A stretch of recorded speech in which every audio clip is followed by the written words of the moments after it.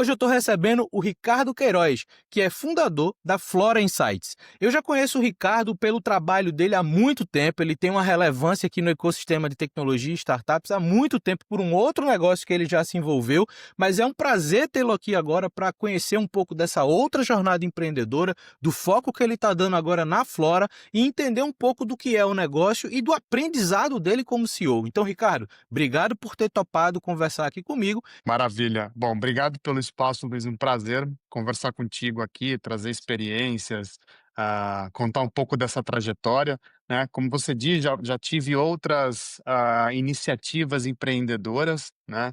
Gosto muito, acho que sempre tive esse bichinho que me picou, né? Desde sempre de empreender, de construir negócios. Mas de formação sou publicitário, né? Trabalhei um bom tempo com o mercado de publicidade. Depois comecei a empreender porque entendi que para mim fazia mais sentido pelo modelo de vida que eu gostaria de ter, pelo que eu gostaria de contribuir para o mercado. E eu fui um dos fundadores da Xiaomi, que foi uma plataforma para gestão de hackathons, né? Que teve ali uma trajetória muito boa. Depois de um momento, ela acabou tendo uma fusão com outras empresas, sendo Rocket City, Digital House, e eu segui outros caminhos, né? E aí fui para o mundo de eventos, né? Trabalhei ali junto com o Campus Party, né? Como diretor, depois como sócio da NextGen, que é a empresa que administra, na qual eu ainda sou sócio, mas hoje meu foco está totalmente em desenvolver novos negócios, assim como Flora Insights, que é uma empresa, né? Uma startup ali especializada em ajudar o RH a ter um entendimento diferente para a saúde mental dos seus colaboradores. Cara, isso é muito legal, porque e aí, coincidências talvez, ou talvez tendências de mercado, eu tenho conversado com outras empreendedores e empreendedores que estão caminhando para esse novo momento foco do mercado saúde, né? A gente teve um momento ali um pouco mais crítico em 2020, 21 e 22. Agora a gente vê talvez um novo cohorte de startups de saúde e boa parte delas integrado ao ambiente empresarial, integrado, às demandas dos colaboradores, muito saúde mental, mas também a própria saúde física, num modelo ali parecido com o Hub da vida.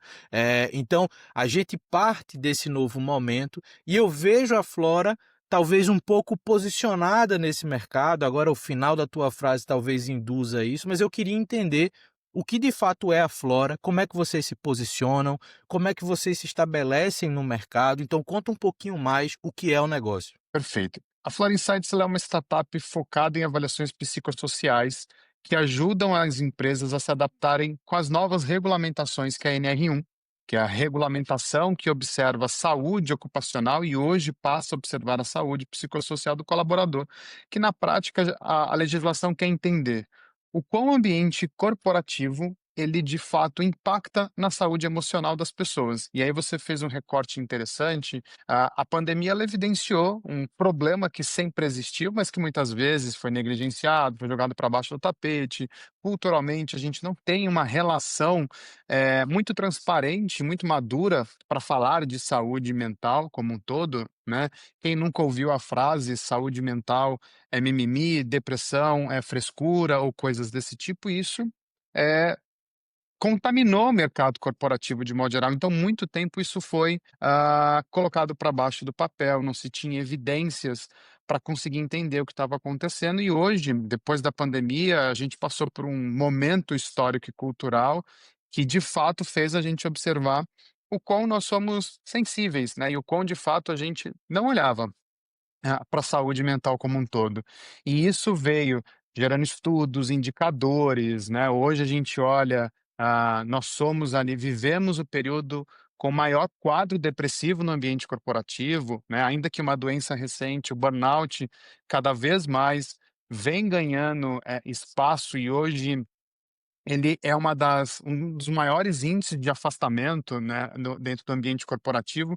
Então, isso tudo fez com que a gente enxergasse uma oportunidade, né, a Flora Insights, ela nasce dentro de um outro negócio, né, que é a Clínica Flora, que é uma clínica especializada em avaliação neuropsicológica e psicossocial, tanto para pessoas de modo geral quanto para empresas. E em 2024 a gente entendeu que existia essa possibilidade e essa necessidade muito por conta do processo regulatório, né. Hoje nós temos uma nova diretriz na NR1 que entrou em vigor de 2025, houve um postergamento para que as empresas até, o próximo ano, né, maio de 26, elas possam se adaptar e de fato começar a ter o processo fiscalizatório ali para acompanhar o como as empresas estão se adaptando. Então, nesse contexto, a gente entendeu que o mercado precisava de um produto mais estruturado, um produto com base tecnológica, que tivesse escala, que ele conseguisse atender, para atender essa nova necessidade que é muito ou poucas empresas têm a cultura de observar isso, e entende-se de várias formas, programas de benefícios, programas mais assistencialistas, ou mesmo ter esse contato mais próximo com a saúde mental do colaborador, de forma madura, né, não de forma apenas consultiva, mas de fato entendendo o quão aquele ambiente, ele impacta ou não.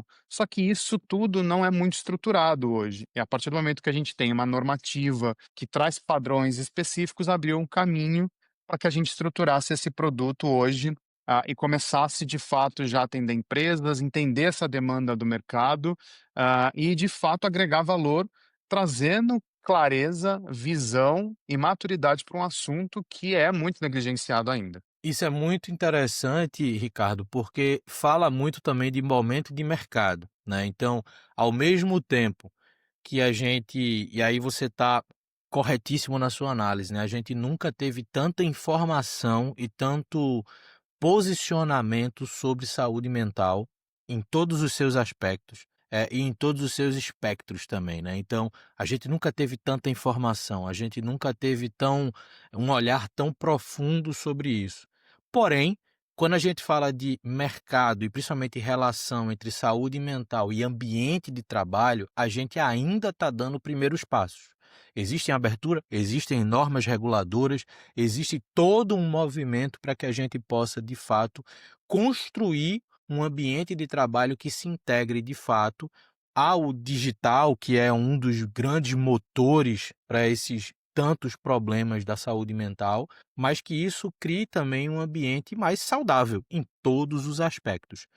Nesse sentido, eu entendo que o mercado tem uma demanda, mas pode ser uma interpretação minha, e aí eu vou te perguntar até para ser corrigido ou não, mas no sentido de eu vejo ainda o mercado não tão aberto a soluções como a tua, e há uma demanda muito grande de um aculturamento até do profissional de RH, que tende a ser a primeira porta que se abre para uma solução como a Flora, para que eles entendam e elas entendam a importância, o impacto e a melhora na relação, empresarial, na relação de trabalho, a partir de um cuidado da saúde mental. Então eu queria entender um pouco na tua visão hoje, você trouxe aqui alguns aspectos de mercado, mas indo agora num olhar de desafios/oportunidades que você enxerga para a Flora.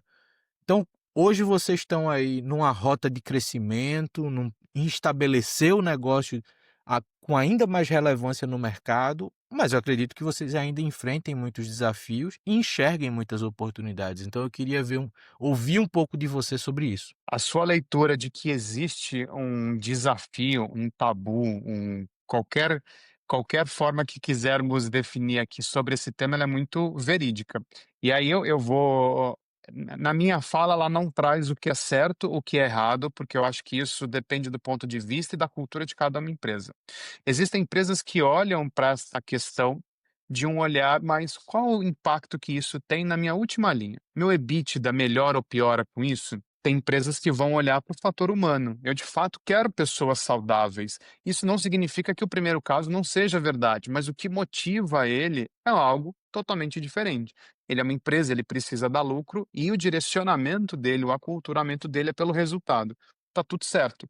Eu vou direcionar e eu vou estruturar o processo de uma forma que eu traga clareza para isso, mas que eu não omita e que eu não deixe de colocar os pontos que eu preciso colocar dentro da mesa, em cima da mesa dentro dessa conversa, né. Quando eu olho para empresas que já têm um posicionamento diferente, uma relação diferente com a saúde mental do colaborador, e aí eu vou abrir aqui para fazer um paralelo, quando a gente vai para a revolução industrial e começam a surgir as primeiras doenças ocupacionais, que na prática eram doenças respiratórias, porque o carvão da indústria trazia esse malefício para a vida das pessoas, isso também foi complexo. E hoje, quando a gente olha, a gente não admite que dentro de uma linha de produção de uma indústria não se use o mínimo de EPI, não se tem um mínimo de segurança, não se tem um mínimo de legislação que preserve a saúde física desse colaborador. Então, por que não, né, cuidar da saúde mental? Isso lá atrás, de alguma forma, também foi visto como: "Putz, não vamos falar disso, porque eu vou gerar problema para mim enquanto empregador, né, isso não tem nada a ver". A gente está vivendo esse mesmo marco, mas a fumaça que lá atrás prejudicava o pulmão do colaborador, hoje é o burnout, é a depressão, que prejudica literalmente um dos ativos que ele mais tem e ele usa no dia a dia, que é a mente dele, é o cérebro dele, e isso é algo muito sensível, né. Mas eu só fiz esse paralelo, porque quando eu olho para as empresas que já têm essa maturidade, elas conseguem olhar e falar das problemáticas, por exemplo, que a NR1 observa, que são 13 tópicos que passam de assédio moral, assédio sexual, carga excessiva de trabalho, ambientes, saudáveis, que são pontos sensíveis para um executivo de uma empresa, um CEO, um C-level, um diretor de RH, assumir com clareza que o negócio dele sim pode ter essas características, porque ele consegue entender que a relação do negócio, ela muitas vezes extrapola. E obviamente, por você ter pessoas com perfil diferente, sinalizadores que você precisa ter uma cultura mais sólida, e eu direciono a conversa nesse sentido. Eu consigo trazer, uma transparência e uma clareza maior para esse assunto.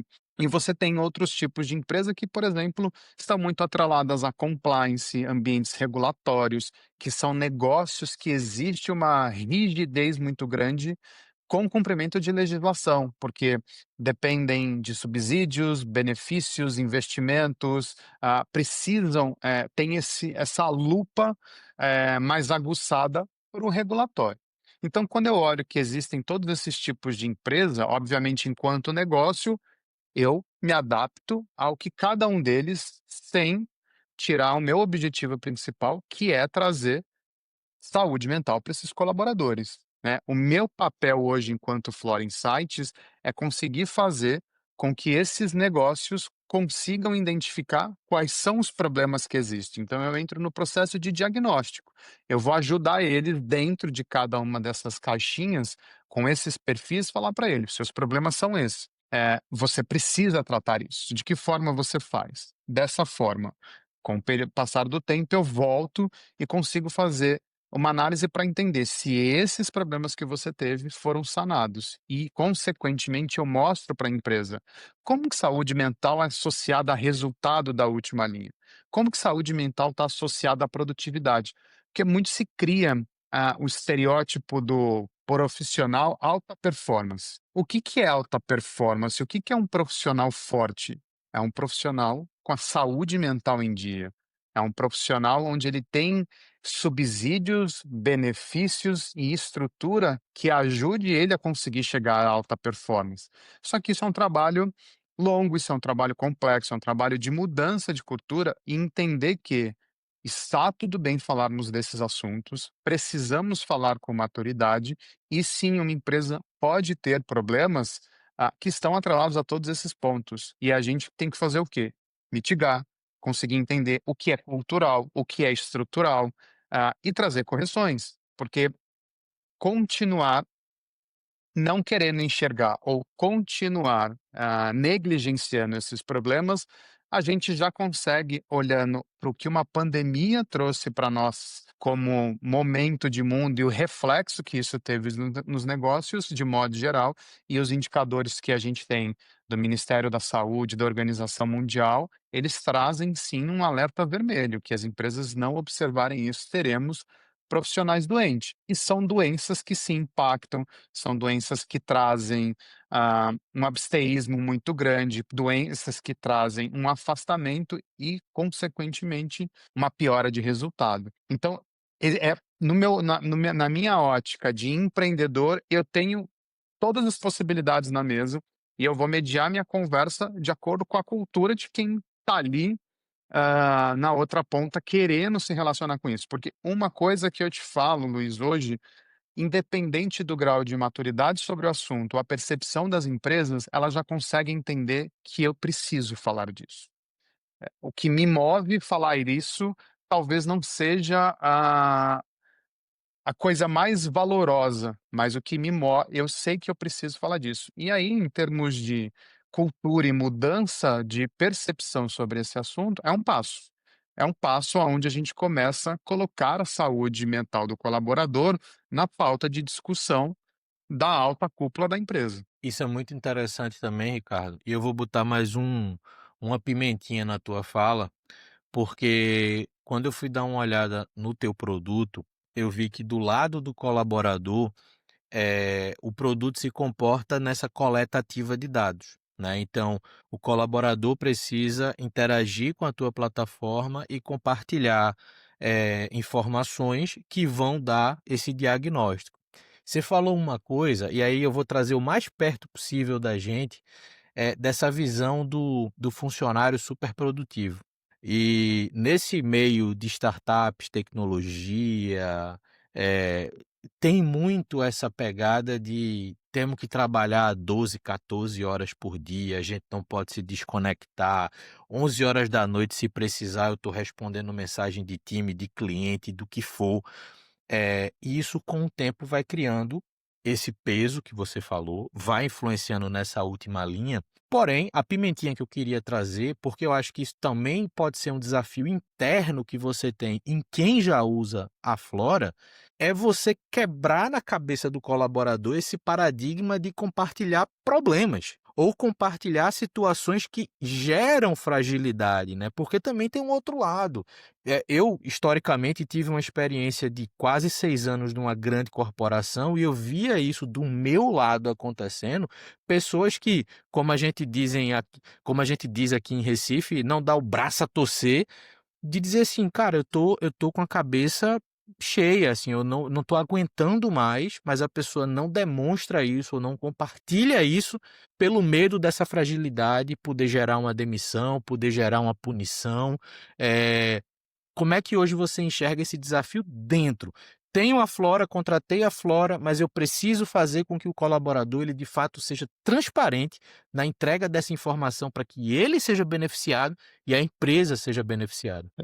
Excelente pergunta, Luiz. Ainda que a gente tenha um produto hoje que ele é 100% digital, eu não tenho a necessidade de interagir, eu ainda tenho um trabalho muito consultivo e próximo da empresa para conseguir fazer com que ela atinja esses objetivos, porque de fato existe sim, ainda que seja um processo anonimizado, a gente demonstra para o colaborador que ainda que existam parâmetros para tentar entender de qual área você é, quanto tempo de casa você tem, qual o seu gênero, qual o seu regime de trabalho, entre outros parâmetros que a empresa defina que ela precisa ter para conseguir ter uma visão mais analítica sobre o problema, existe sim o tabu de: será que vão saber que sou eu?". Então, toda vez que nós começamos um projeto, a gente entra junto com a empresa e explica de forma muito clara para que aquilo está sendo utilizado. E muitas vezes a gente vem trazendo a visão de é um processo regulatório. Hoje as empresas precisam olhar para isso de uma forma diferente. E essa abordagem, ela tende a sanar parte desse problema. De fato, existe um desafio de engajamento, né? O time muitas vezes está sobrecarregado, você parar, responder um questionário com mais de 90 questões, que vai te levar 20 minutos, mas às vezes as pessoas falam: "Poxa vida, 20 minutos".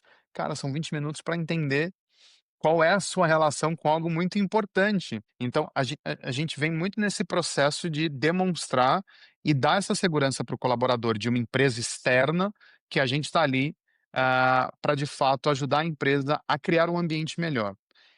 E essa mensagem, quando ela tem impacto, a gente consegue ver um resultado que muitas vezes vem sim com a transparência, né? Vem sim com alguns índices mais destacados, e eu sempre ressalto para as empresas: ter um índice alto, ter um grau crítico, por exemplo, para carga excessiva de trabalho, não é um problema. O problema é você não saber disso e você não criar medidas de correções para resolver isso, porque a nossa cultura, e isso que vem de longa data, de gerações passadas, é justamente esse ambiente de mais e melhor. Quanto mais você trabalhar, mais você vai ser promovido. E essa cultura ela é generalizada. Hoje, com o advento de inteligência artificial, a gente tem a chance de caminhar para um ambiente de trabalho, na minha percepção, mais qualitativo e mais saudável. Se eu tenho recursos que automatizam, óbvio que daqui a gente abre uma discussão profunda sobre substituições, enfim, mas que eu acho que essa não é o nosso foco, mas de fato você tem opções de criar ambientes melhores e aí cada empresa vai regir de uma forma. Então, sim, existe uma resistência em alguns perfis de empresa, em alguns lugares isso é muito naturalizado, as empresas falam sim sobre assédio sexual, sobre assédio moral, e não abrem espaço para que isso aconteça, e o colaborador se sente confortável em dizer: "Sim, já senti algum tipo, já sofri algum tipo, de assédio nesse contexto", e sem problema nenhum. Então, o fato de a gente trabalhar nesse processo e principalmente na ponta final, quando eu finalizo, quando a avaliação é finalizada e todo o dashboard, as informações são disponibilizadas para o RH, eu vou junto com o RH, porque digerir essa informação muitas vezes é difícil pro executivo, para o diretor ou mesmo para o empreendedor, para o dono da empresa, descobrir que você tem um ambiente doente, né, que você tem um ambiente que não é sadio. Então eu sempre falo, é um processo onde a gente mostra para ele todos esses desafios, mas a gente ajuda ele a processar, porque da mesma forma que o colaborador tem essa dificuldade em alguns casos, de ser transparente pelo medo e a gente sana isso, o empregador tem a dificuldade de aceitar e processar, porque ele tem paixão, ele é o dono do negócio e ele não se vê nesse lugar, muitas vezes, de ter permitido que esse ambiente fosse criado. Tem um pano que muda um pouco, como a gente hoje tem uma regulação, uma norma, uma lei que traz um peso e um olhar diferente para esse ponto, esse processo tem tomado um outro sentido, tanto para o lado das empresas quanto para o lado dos colaboradores, no sentido de: tem uma segurança aqui. Tem algo acima do que a gente possa estar falando que vai ser observado. Então, esta característica também tem mudado um pouco, essa conversa entre o empregador, entre a empresa, no entendimento sobre esse assunto. Porque a partir do momento que a gente vê uma lei sendo aplicada sobre esse tema, ela traz para a gente uma sensação de atenção muito grande sobre esse assunto. Tem algo muito maior acontecendo que depende do que cada um de nós interpreta sobre saúde mental, ela vai fazer a gente refletir de uma forma diferente. Isso é muito interessante porque fecha esse arco de estamos transformando um mercado. Isso é um processo de transformação. E eu acho que soluções como a Flora têm muito potencial para ser um acelerador dessa transformação. E indo nessa linha, negócios como a Flora, negócios digitais como um todo, tendem a demandar capital externo para acelerar crescimento, para estabelecer produto, para estabelecer modelo de negócio, para estabelecer o próprio branding, né, no mercado, ser reconhecido, transparecer maturidade. E vocês entraram nessa rota de captação, vocês estão trazendo recurso externo para dentro do negócio para dar esses saltos de crescimento. Só que uma pergunta que eu sempre faço quando eu converso com quem ou já foi investido ou pretende captar investimento é, na visão tua como CEO, qual a importância, papel e impacto no negócio de você trazer um capital externo. Que capital externo é esse interessante para você? Hoje eu tenho visto cada vez mais fundos se especializando em investir na saúde, tem fundos que são exclusivos da saúde, alguns têm, por exemplo, fintech e saúde como os mercados remanescentes de investimento para todo o resto agora IA, mas saúde e fintech tendem a ficar ali nas estratégias de investimento. Então, na tua visão, agora como CEO, qual a importância de trazer esse capital e qual o impacto que isso tem causado no crescimento da Flora? Aprendi isso errando, né, em outras experiências, mesmo antes de Piauí, ali nada como você aprender, errar e depois conseguir traduzir isso para uma melhor realidade. Acho que o ponto principal para qualquer empreendedor, para qualquer CEO, qualquer fundador de negócio que está buscando essa possibilidade é entender para que você quer dinheiro. Se a gente não tem clareza aonde a gente vai alocar recurso, não é o momento de, no meu ponto de vista, de você ir atrás. Então, ah, por exemplo, nós tivemos um sócio investidor que entrou, que foi o Eberson Terra, um executivo do mercado. A gente sabia muito bem o que a gente queria com ele. A gente quis ali, eu e Sabrina, quando começamos, que é a minha sócia também, começamos a desenvolver esse produto, fomos estudar a metodologia, fomos trazer processo, começamos a estruturar o produto e falamos: agora a gente precisa de um sócio para escalar e para trazer para a gente autoridade de conexão com o mercado de RH. E aí, através de relacionamento, chegamos na pessoa que também viu um valor muito grande. O negócio, o deal aconteceu de forma muito natural. E aí eu acho que isso também é muito importante, entender para quem que você está oferecendo alguma coisa. Eu, nesse momento, não quis ir para um fundo. Eu tinha entendimento que para velocidade, para a característica que eu queria, não ia ser um fundo que ia trazer aquilo que eu estava buscando enquanto empreendedor e quanto negócio. Porque eu acho que isso é muito importante. Sociedade é casamento. Eu brinco que sociedade é casamento, que a gente só não beija na boca e não dorme na mesma cama, mas é um casamento. Então, você precisa ter uma relação com alguém que tenha fit cultural, que você se identifique, que vocês tenham visão de negócio semelhante. Então, para mim, não era um fundo nesse momento. E nada contra fundos. Em algum momento, eu vou buscar um fundo, mas vai ser uma relação e uma necessidade diferente para o negócio, né? Então, quando esse nosso terceiro sócio entrou, a gente sabia onde a gente queria chegar.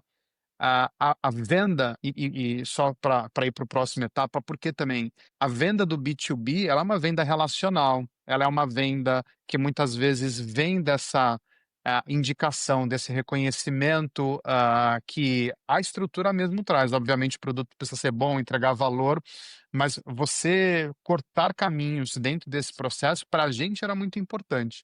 Então, o trabalho que a gente faz hoje de posicionamento do produto no mercado, ele é beneficiado por conta dessa parceria, por conta dessa pessoa que entrou dentro da sociedade. Hoje a gente está num momento diferente, onde a gente negocia com uma empresa do segmento também, que pode trazer uma um outro endosso para esse negócio e, por exemplo, ser o meu canal de vendas. Então, entender exatamente o que a gente precisava é fundamental para que a negociação seja mais rápida, que de fato o que eu quero combine com o que a outra ponta esteja buscando, porque aí você consegue ter uma negociação de mais sucesso. Então, por exemplo, para a gente sempre soube que não era um fundo. No momento que a gente estava enquanto produto, a gente tinha condições de buscar isso no mercado com o executivo e a gente tinha condições de buscar isso com uma empresa de um perfil muito específico. Então, saber exatamente o que a gente precisava é fundamental. Obviamente, no meu próximo passo, ah, a gente vai olhar para um fundo, a gente vai olhar para algo muito mais estruturado, para um nível de escala muito maior. Mas para o momento onde a gente está, esse perfil de investidores e de parceiros para dentro do negócio, ele atende muito bem às nossas necessidades, mas acima de tudo, essa combinação. O que eu quero? Porque às vezes, se for o dinheiro pelo dinheiro, vai no banco que às vezes sai mais barato. Eu sempre brinco quando algumas pessoas me perguntam: paga o juro mais caro, porque o ônus que você pode ter, a dor de cabeça que você pode ter, o desalinhamento, como isso pode frear o negócio, muitas vezes não vale a pena. Então, o empreendedor ele precisa ser maduro e ele precisa se planejar muito bem para conseguir fazer esses passos sem precisar fazer isso com a corda no pescoço. Uma coisa é a gente ir para o mercado, e captar dinheiro, porque a gente precisa de fluxo, né? E isso é uma coisa que o investidor ele tá olhando e ele consegue perceber se o empreendedor de fato está no sufoco porque ele quer resolver um problema ou se ele sabe o que ele quer. E quando a gente sabe o que a gente quer, eu acho que o deal fica muito mais claro para todo mundo, né, não tem então a nossa relação com essa pauta, de ter, e aí a gente estava conversando um pouco antes, né, sobre o bootstrap, e aí eu acho que isso é um ponto muito importante. Você quer fazer seu negócio, você confia o suficiente ou você quer fazer ele de forma numa jornada mais individual e você consegue no bootstrap, vá. Já fiz isso também, tenho minhas ressalvas e minhas percepções sobre isso, mas hoje eu acho que vale muito mais a pena você dividir uma pizza, e conseguir de fato juntar as forças que você precisa e ter a segurança para se investir, para se escalar e se construir um negócio, sem necessariamente ficar num desafio muito grande de como eu equalizo X coisa dentro do meu negócio. Isso é muito legal, cara. E você fez lembrar de uma coisa que sempre que as startups me procuram para captar investimento, tem uma coisa, uma das variáveis que eu coloco na mesa nessa busca é você geralmente vai captar investimento. No meu caso, geralmente é mais voltado a fundos, mas isso serve para o que você acabou de falar também. Você vai ter ali um contrato que é um mútuo conversível, geralmente ali de 4, 5 anos. A pergunta que eu faço sempre para as figuras empreendedoras que me procuram é: essa pessoa que você está buscando, esse fundo que você está buscando, daqui 5 anos, vai ser tão útil para você quanto o dinheiro dessa pessoa está sendo no dia que a transferência acontecer? Porque se essa relação ela não se desenvolver nesses 5 anos, talvez esse não seja o melhor perfil. E aí eu vou na linha que você falou, talvez seja melhor dever ao banco. Porque o banco vai ser o banco hoje, vai ser o banco daqui 5 anos, vai ser o banco daqui 10 anos. Você já sabe o que esperar daquela estrutura. Se você traz dinheiro, seja de uma pessoa física ou de uma estrutura pequena, seja de um grande fundo, você precisa saber o que é que essa estrutura vai se tornar daqui 5 anos para saber se essa relação continua válida ou se ela evoluiu para um próximo passo, né? Então, acho que isso que você trouxe é muito importante e buscar figuras que são especialistas no mercado, como o perfil investidor, tem sido uma prática, além de mais comum, acho que mais inteligente para as empreendedoras e empreendedores hoje. Então, acho que isso traz muito também dessa tua maturidade, Ricardo, um cara que tem uma trajetória empreendedora que não começou 6 meses atrás, você já está fazendo isso há muito tempo. E eu queria fechar o nosso papo com uma última questão, que é uma questão que eu trago também no final das conversas, um pouco mais reflexiva, que é, na tua visão e na tua experiência principalmente, qual o papel de ser CEO em um negócio como a Flora? Isso eu fico feliz que eu sou CEO desse negócio hoje, porque eu pude construir uma bagagem, para conseguir fazer, na minha percepção, o mais correto, e o mais adequado possível. Acho que eu carrego uma proposta de valor, muito séria para o mercado quando a gente fala de saúde mental. E eu acho que ter isso dentro de casa, por exemplo, é regra. Né, é premissa básica. Então, juntar todas as experiências que eu tive para entender. Eu já fui o empreendedor e o profissional de é 7 por 24. Aqui todo mundo vai trabalhar. Isso não levou a lugar nenhum. Porque ao mesmo tempo que isso trouxe, respostas, de fato, você trabalhar mais, você vai conseguir chegar mais rápido em algum lugar, se você trabalha de forma estruturada, eficiente. Acho que o trabalhar por trabalhar, ele não resolve nada, mas se você de fato faz isso, qual que é o custo disso? Um burnout? Eu sou um ex-obeso, bariátrico, então o trabalho ele me trouxe coisas que impactaram a minha vida que eu paguei um preço caro por isso, né.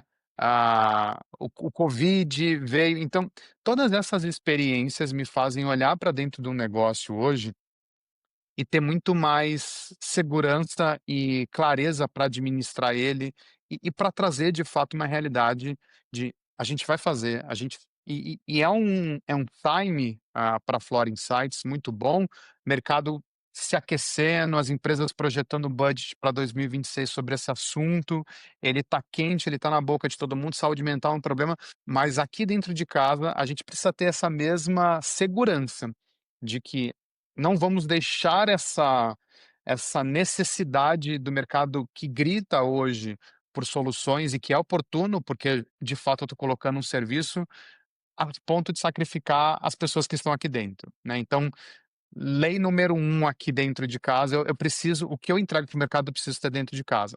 Porque se eu não conseguir fazer isso dentro de casa, parou meus meu o tudo que eu acredito enquanto que saúde mental precisa ser zelada e eu não faço isso dentro de casa, para mim é um discurso vazio. E obviamente, todas as outras experiências fazem com que hoje eu consiga tomar decisões estratégicas mais eficientes, que eu tenha mais segurança, para dar poder dentro de casa para que as pessoas façam, né, e não ser aquele gestor que simplesmente, vai e faz. Se der errado, a culpa é sua e se der certo, a culpa é minha, né. Não, espera aí, a gente está junto. Então construir esse ambiente que seja mais eficiente, seguro, saudável, todo esse passado, ele para mim foi ótimo, porque me faz querer empreender num segmento que hoje eh, ele traz uma importância social muito grande, né. A saúde mental ela tem destruído vidas, prejudicado, relações de modo geral. Então construir uma plataforma, ter uma empresa de fato que tem como proposta de valor cuidar da saúde das pessoas, né, eu fico muito feliz em fazer isso hoje, porque eu já tive várias experiências, na minha relação profissional, na minha relação pessoal, que me trazem uma maturidade muito grande para conseguir lidar com essa temática hoje, né. Essa linha ela é muito tênue, qualquer gatilho você pode desengatilhar, uma série de coisas na vida dessas pessoas, na rotina dessas empresas. Então esse passado para mim ele me dá muita segurança e eu fico muito feliz de fazer isso hoje, porque eu acho que eu tenho a maturidade necessária para conseguir lidar. Óbvio que eu não sou um profissional de saúde, eu deixo sempre isso muito destacado.